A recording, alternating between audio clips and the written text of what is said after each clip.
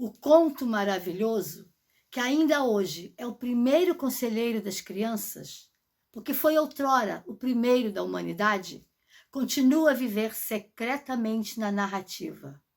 O primeiro e verdadeiro narrador é e permanece sendo o narrador de contos maravilhosos, do escritor e filósofo Walter Benjamin, do livro Em O Narrador. Era uma vez. Quando éramos pequenos e ainda morávamos com os nossos pais, eu me lembro das inúmeras vezes que nós quatro juntos, eu, minhas irmãs e meu irmão, ficávamos ouvindo atentos os nossos pais ou os discos, contando histórias dos contos de fadas.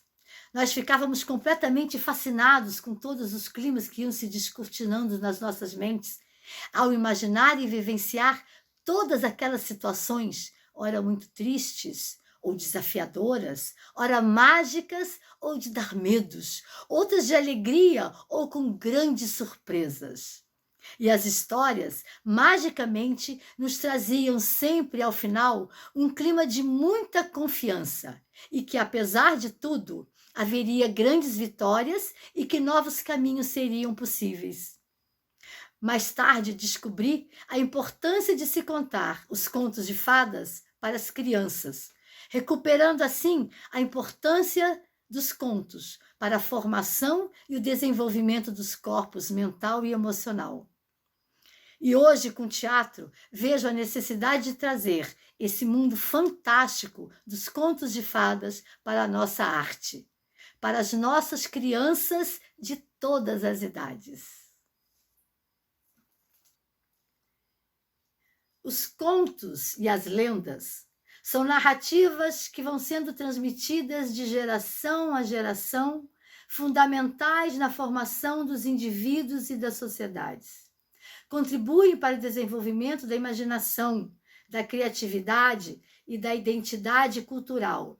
E simplesmente nos faz relembrar algo tão esquecido em nosso tempo, a magia do contar e ouvir histórias.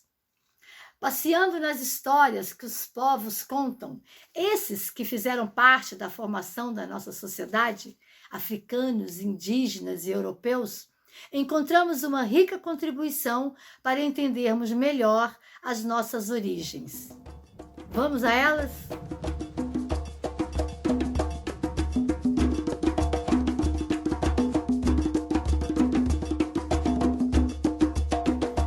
Na África, vamos encontrar fundamentalmente a figura do griot como a principal fonte de armazenamento e transmissão de contos iniciáticos, anedotas e provérbios, através dos quais o africano de qualquer idade aprende sobre si mesmo, sobre os outros e sobre o mundo. Segundo o malinês Amadou Hampâté-Bâ, aspas, na África, quando um velho morre, uma biblioteca se incendeia. E continua, o griot é o mestre da palavra. É ele que não permite que a cadeia de transmissão dos conhecimentos fundamentais de uma vida se apague. Contos, histórias e ditados estão no centro da tradição africana. Um conto africano. A lenda dos tambores africanos. A origem dessa lenda vem das terras da Guiné-Bissau e explica como surgiram os instrumentos tão importantes na cultura de toda a África. Conta-se que os macaquinhos de nariz branco da região quiseram um dia trazer a lua para perto da terra. Eles não tinham ideia de como executar tal feito, até que o macaco menor sugeriu que uns subissem nos ombros dos outros a fim de alcançar a lua. O grupo de macacos colocou o plano em ação. E o macaquinho menor foi o último a subir, conseguindo chegar no céu e agarrando-se à lua. Mas antes que conseguissem puxar o satélite, a pilha de macacos desmoronou e todos caíram, menos o macaquinho, que continuou agarrado à lua. Uma amizade então cresceu e a lua presenteou o pequeno animal com um maravilhoso tambor branco, que ele logo aprendeu a tocar. O macaquinho ficou por muito tempo morando na lua, mas um dia começou a sentir saudades da terra, de seus amigos e da natureza.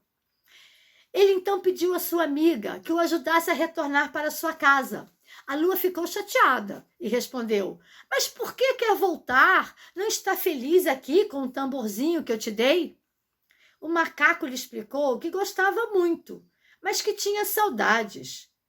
A lua ficou com pena e prometeu ajudá-lo.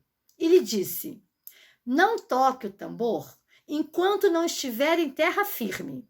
Toque apenas quando chegar lá embaixo. Assim saberei que chegou e poderei cortar a corda. Então você estará liberto. O macaco concordou. E ele sentou em seu tambor e foi amarrado a uma corda, que começou o processo de descida. Enquanto descia, o macaquinho olhava seu tambor e surgiu uma vontade irresistível de tocá-lo. E ele começou a tocar bem baixinho, para que a lua não ouvisse. Mas mesmo assim, a lua escutou e cortou a corda conforme o combinado. O macaco começou a cair e, ao chegar ao chão, não resistiu e morreu. Mas antes, uma menina que passava por perto viu a queda e ela foi até o macaco e ele lhe disse: isso é um tambor. Por favor, entregue ao povo do seu país. A menina pegou o instrumento e correu para entregar às pessoas da sua família, contando o que havia acontecido. Todos adoraram o tambor e começaram a tocá-lo. Desde então, o povo africano produz seus próprios tambores e, sempre que possível, toca e dança ao som deles.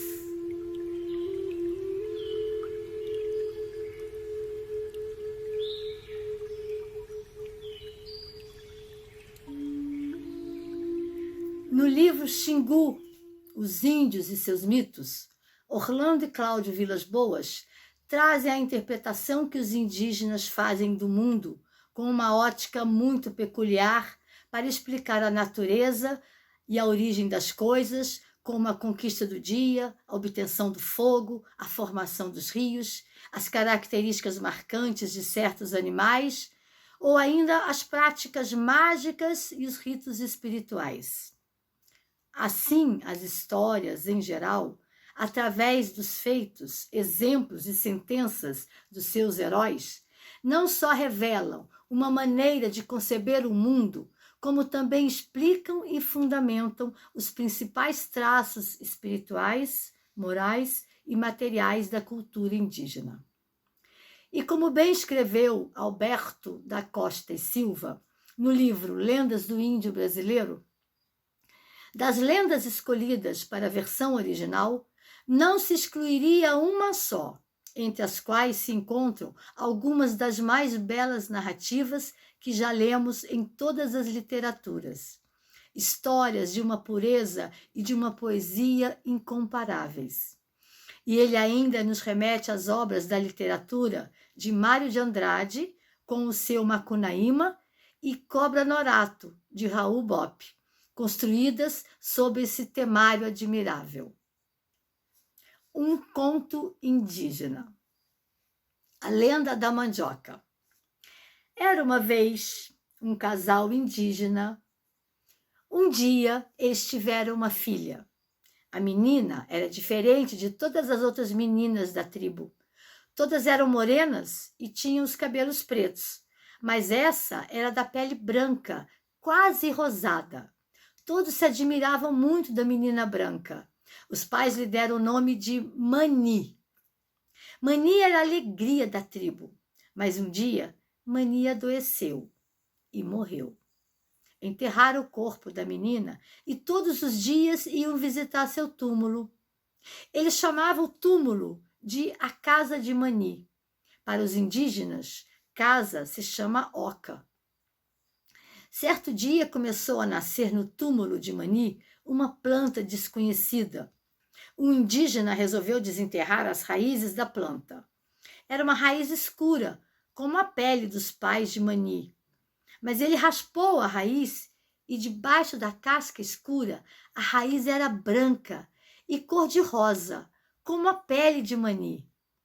Toda a tribo ficou muito admirada, achando que era um milagre, e deram o nome à raiz de a Casa de Mani, Manioca, que depois veio a ser mandioca.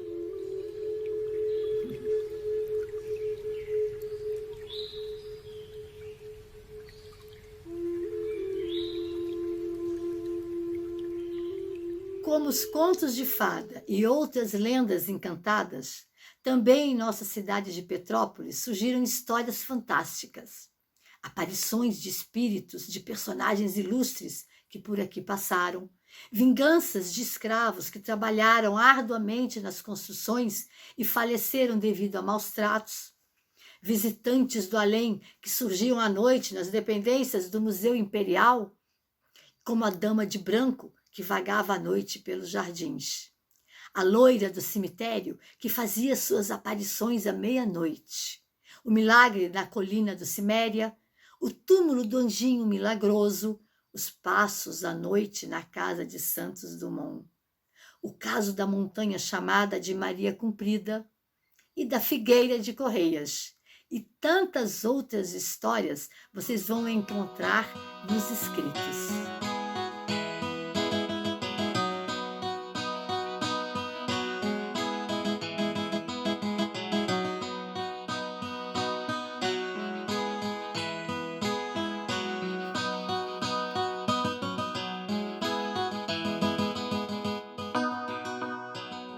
Olá, espero que tenham gostado. Na descrição do vídeo, logo aqui embaixo, vocês vão encontrar o link para assistir a segunda parte desse trabalho, onde eu vou falar dos contos europeus, os contos de fadas. E todo o material escrito desse conteúdo estará disponibilizado na Biblioteca Municipal do Centro, no Parque de Itaipava e na Biblioteca da UCP. Aguardo vocês! Até lá!